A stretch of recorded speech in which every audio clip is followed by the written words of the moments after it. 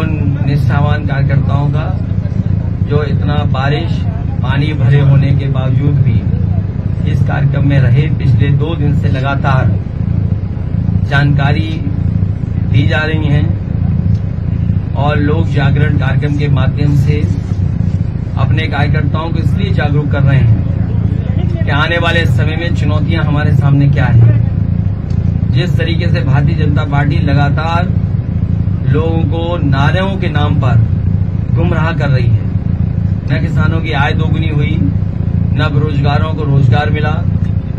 जो सपना दिखाया था $1 ट्रिलियन इकोनॉमी का, उस पर भी काम नहीं कर रहे हैं। जो इन्वेस्टमेंट मीट की गई थी, डिफेंस एक्सपो किया गया था, वो भी आधे अधूरे पूरे नहीं कर पाए। जो इस सरकार में विकास हुआ है भारी भ्रष्टाचार से भरा पड़ा है। जिस तरीके से सड़कों पे गड्ढे हैं और गड्ढों में पानी भर गया, वो बता रहा है कि किस तरह भारतीय जनता पार्टी ने सड़कों के नाम पर भ्रष्टाचार किया है। एक्सप्रेसवे के बारे में जानकारी वहां के लोगों ने दी कि अगर उस पर रफ्तार से चलोगे तो लगेगा कि आप कोई झूला झूल रहे हैं, उछलते हुए चले जाएंगे आप। सोचो, इतना बड़ा प्रोजेक्ट जो बुंदेलखंड और आसपास के क्षेत्रों को लाभ पहुंचा देता, जिसमें किसान के लिए मंडी बन जाती और कुछ कारोबार के लिए कुछ काम हो जाता, तो हमारे सभी लोगों को खुशहाली मिलती। लेकिन भारतीय जनता पार्टी ने उसको भी भ्रष्टाचार की वजह से जो बेहतरीन सड़क बननी थी वो खराब कर दी। बिजली आ नहीं रही, आ भी रही है तो बिल इतना महंगा आ रहा है जो दे नहीं पा रहे हैं। गरीबों को मिलावट का तेल खिलाया और अब केवल 100 रुपए का अनाज देकर के गरीबों को धोखा दे रहे हैं। किसान को सम्मान राशि देकर के उसका खुशहाली का रास्ता रोक रहे हैं। डीजल पेट्रोल महंगा है, खाद महंगी, कीटनाशक दवाई महंगी और मंडी में कोई भी रेट सरकार नहीं दे पा रही है। सड़कों पे जहां लगातार जानवर घूम रहे हैं, वो विकसित देश क्या बनाएंगे। जो बात लाल किले से कही जाए, कम से कम उसको संकल्प माने और उसको पूरा करें। लेकिन लाल किले से कही हुई बात भी धोखा है जनता के लिए।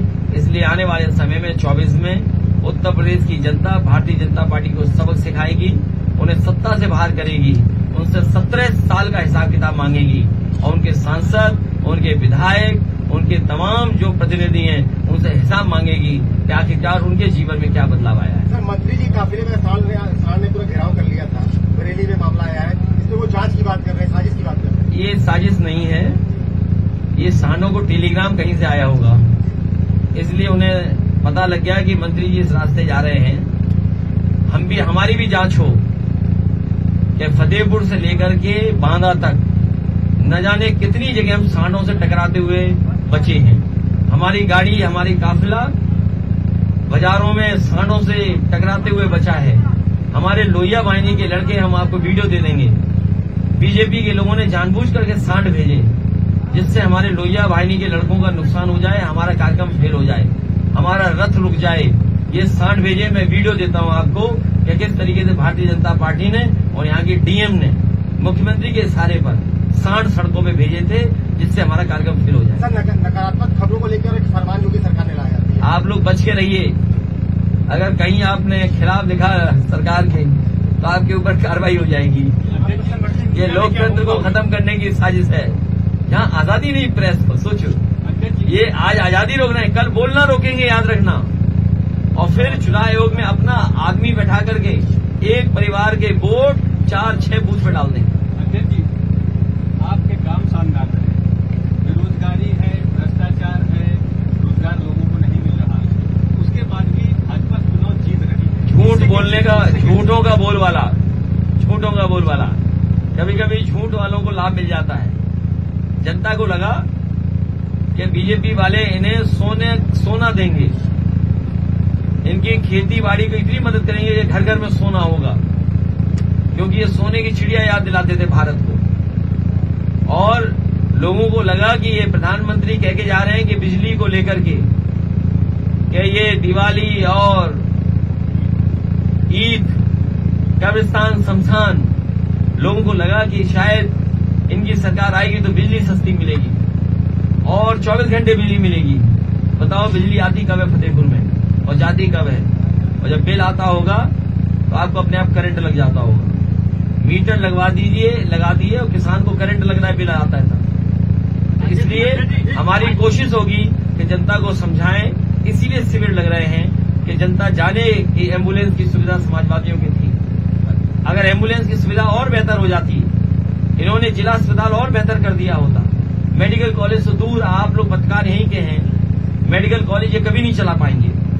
जब बांदा का नहीं चला पा रहे, लखनऊ का नहीं चला पा रहे, केजीएमयू में स्टाफ शॉर्टेज है, लोहिया इंस्टीट्यूट में शॉर्टेज है, अटल बिहारी वाजपेयी जी के नाम पर यूनिवर्सिटी बनी है, वो अभी तक पूरी नहीं हो पाई।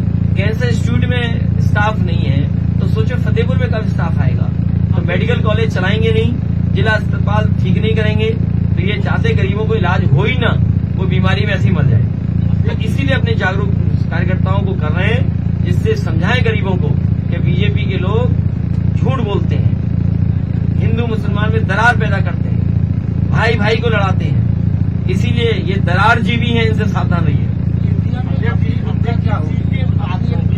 इंडिया में भूमिका हमारी बहुत अच्छी होगी, जैसे सबकी होगी वैसे हमारी होगी। सीटों को लेकर क्या है? सीटों को लेकर क्या है? सीटों में जहां समाजवादी पार्टी मजबूत समाजवादी पार्टी लड़ेगी, उसमें क्या दिक्कत है? घोसी में मायावती ने कैंडिडेट नहीं उतारा है, किसको फायदा पहुंचेगा उससे? देखिए, उनकी पार्टी का है ये निर्णय। हो सकता है चुनाव से पहले ये अपनी थोड़ी इमेज ठीक करने के लिए फैसला हो, लेकिन घोसी की जनता पहले ही मन बना चुकी थी कि इस बार बीजेपी को सबक सिखाएंगे। इस सवाल का जवाब हम नहीं दे सकते हैं। सरकार बनी होती तो कोई नहीं जाता, नीतीश कुमार जी सरकार होती तो सब रहते हैं यहीं पर। वो भाई राजभर का बयान आया कि सूद समेत लौटाकर सैफई भेज देंगे, अगर नहीं भेजे तो अपने माँ बाप की औलाद है। देखो, ये राजनीति में कहना ठीक बात नहीं है। हमें सैफई से अच्छी जगह कोई लगती नहीं है। और मैं आपसे कह रहा हूं, मैं जब दुनिया के बड़े बड़े राष्ट्रपतियों को देखता हूं कि वो आखिरकार रिटायरमेंट के बाद कहाँ रहते हैं जाके, रिटायरमेंट के बाद कि जब अपना कार्यकाल पूरा कर लेते हैं। हालांकि राजनीति में कोई रिटायरमेंट नहीं है और भारत की राजनीति में कोई रिटायरमेंट नहीं है। सैफई हमारा गांव है, हमारा घर है, हमेशा अच्छा लगता है और सैफई जाना हमेशा अच्छा लगेगा। जो बात ये कह रहे हैं, उन्हें ये बताओ कि उन्होंने देश के प्रधानमंत्री को सबसे झूठा प्रधानमंत्री कहा था, मुख्यमंत्री जी को सबसे झूठा मुख्यमंत्री बोला था और मुख्यमंत्री जी के लिए कहते थे चल सन्यासी मंदिर में। ये अपनी बचाने के लिए, इज्जत बचाने के लिए ये गाना उन्होंने हमारे लिए नहीं, उन्होंने ये कहा कि हमारा दुख देखो।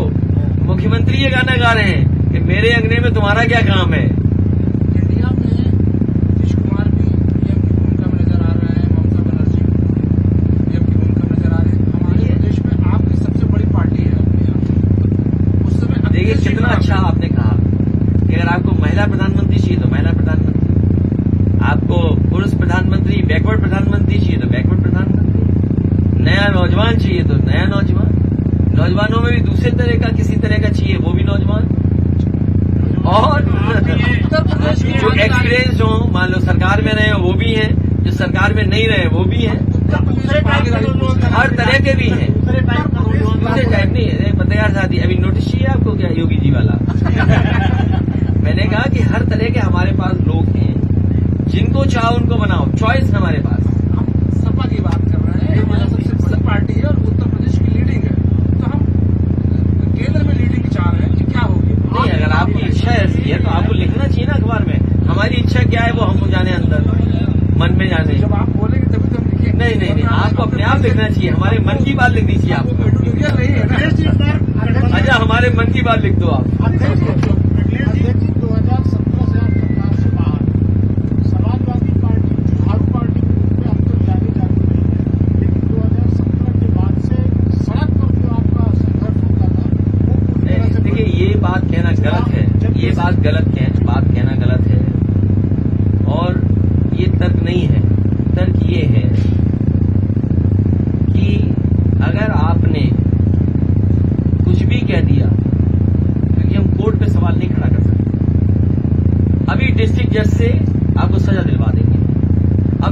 दो उदाहरण देता हूं आपको। हमारे कन्नौज के सांसद ने एक भजन सुनाया पुलिस को। अगर कहो तो भजन सुना दूं मैं।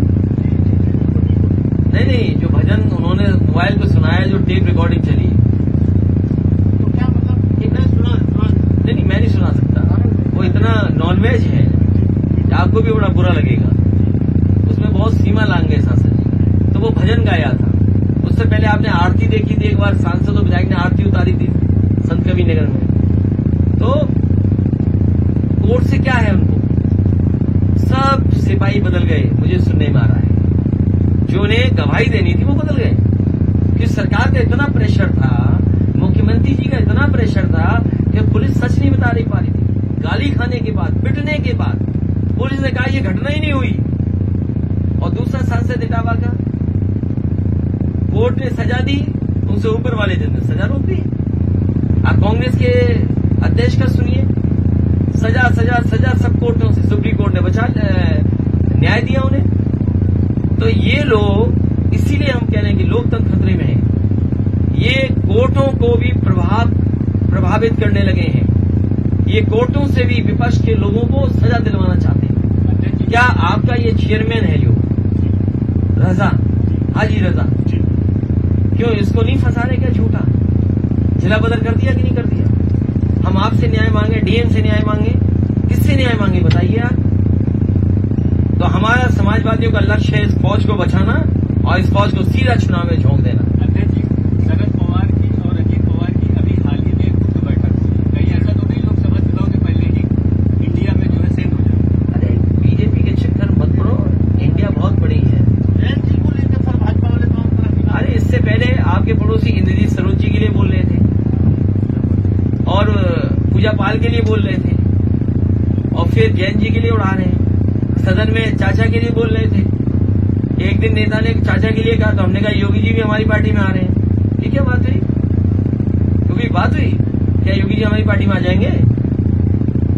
फिर ऐसी क्यों बातें करते हो आप लोग? क्यों ऐसे ही नेताओं की बात आप अपना चैनल चलाने के लिए बुनियादी मुद्दों से हटते हो? अरे भाई, किसानों की आय दोगुनी हो तो बता दो, नौजवानों को नौकरी मिली हो तो बता दो, बिजली आपको 24 घंटा मिल रही हो तो बता दो, बिल सस्ता हो गया हो तो बता दो। समाजवादी पार्टी इस पक्ष में है कि जिस तरीके से फौज की पहले भर्ती होती थी, पक्की नौकरी फौज में मिलती थी, वैसी हम लोग करेंगे। अपने नौजवानों को हम कहना चाहते हैं कि वर्दी पक्की, पक्की नौकरी, पक्की वर्दी। चुनाव लड़ रहे हैं, फतेहपुर जो है सपा दिखाते हुए रहेगी या नहीं रहेगी? सपा लड़ेगी। उत्तर वाहिनी गंगा बह रही है, यहाँ उत्तर वाहिनी बनारस में भी बह रही थी, वो क्यूटो बना नहीं, लेकिन आदर्श जिला हम लोग बनाएंगे इसको और लोकसभा का सांसद भी समाजवादी पार्टी का जीतेगा। सर, कल शिवपाल जी ने ये बात कही थी कि आप लोगों को तैयार रहना चाहिए कि एक पैर रेल में और दूसरा जेल में आंदोलन के लिए, क्योंकि भारतीय जनता पार्टी जिस तरह से काम कर रही है, अब आंदोलन शुरू होंगे। आंदोलन से कहा, सब जगह आंदोलन कर रहे हैं, लगातार चल रहा है हमारा आंदोलन। आंदोलन का रूप है, साइकिल चल रही, पैदल चल रहे, विधानसभा में घेर रहे हैं और बहुत जल्दी आप सब चीजें देखो। क्यों आप क्यों चाहते हो सड़क? क्यों चाहते हो? आपको बंद कर दिया, आपको बजट कम मिला, आप भी साथ में आ जाओ। अरे जो हमारी रणनीति है, हम अपनी रणनीति के हिसाब से काम करेंगे। बीजेपी ने आज हमें पता है बीजेपी को कैसे हराना है, इसलिए रणनीति के तहत हम लोग मुकाबला कर रहे हैं। अरे मैंने आपको सुनाया नहीं कि सोचो भजन सुनाने वाले को, जिसने मोबाइल में भजन सुनाया हो पुलिस को, पुलिस मुकर गई। बीजेपी ने आज बनारस में युवा सम्मेलन की शुरुआत की, कैसे देखते हैं? उन्हें बताएंगे कि हमने तुम्हें नौकरी नहीं दी और नौकरी मिलेगी।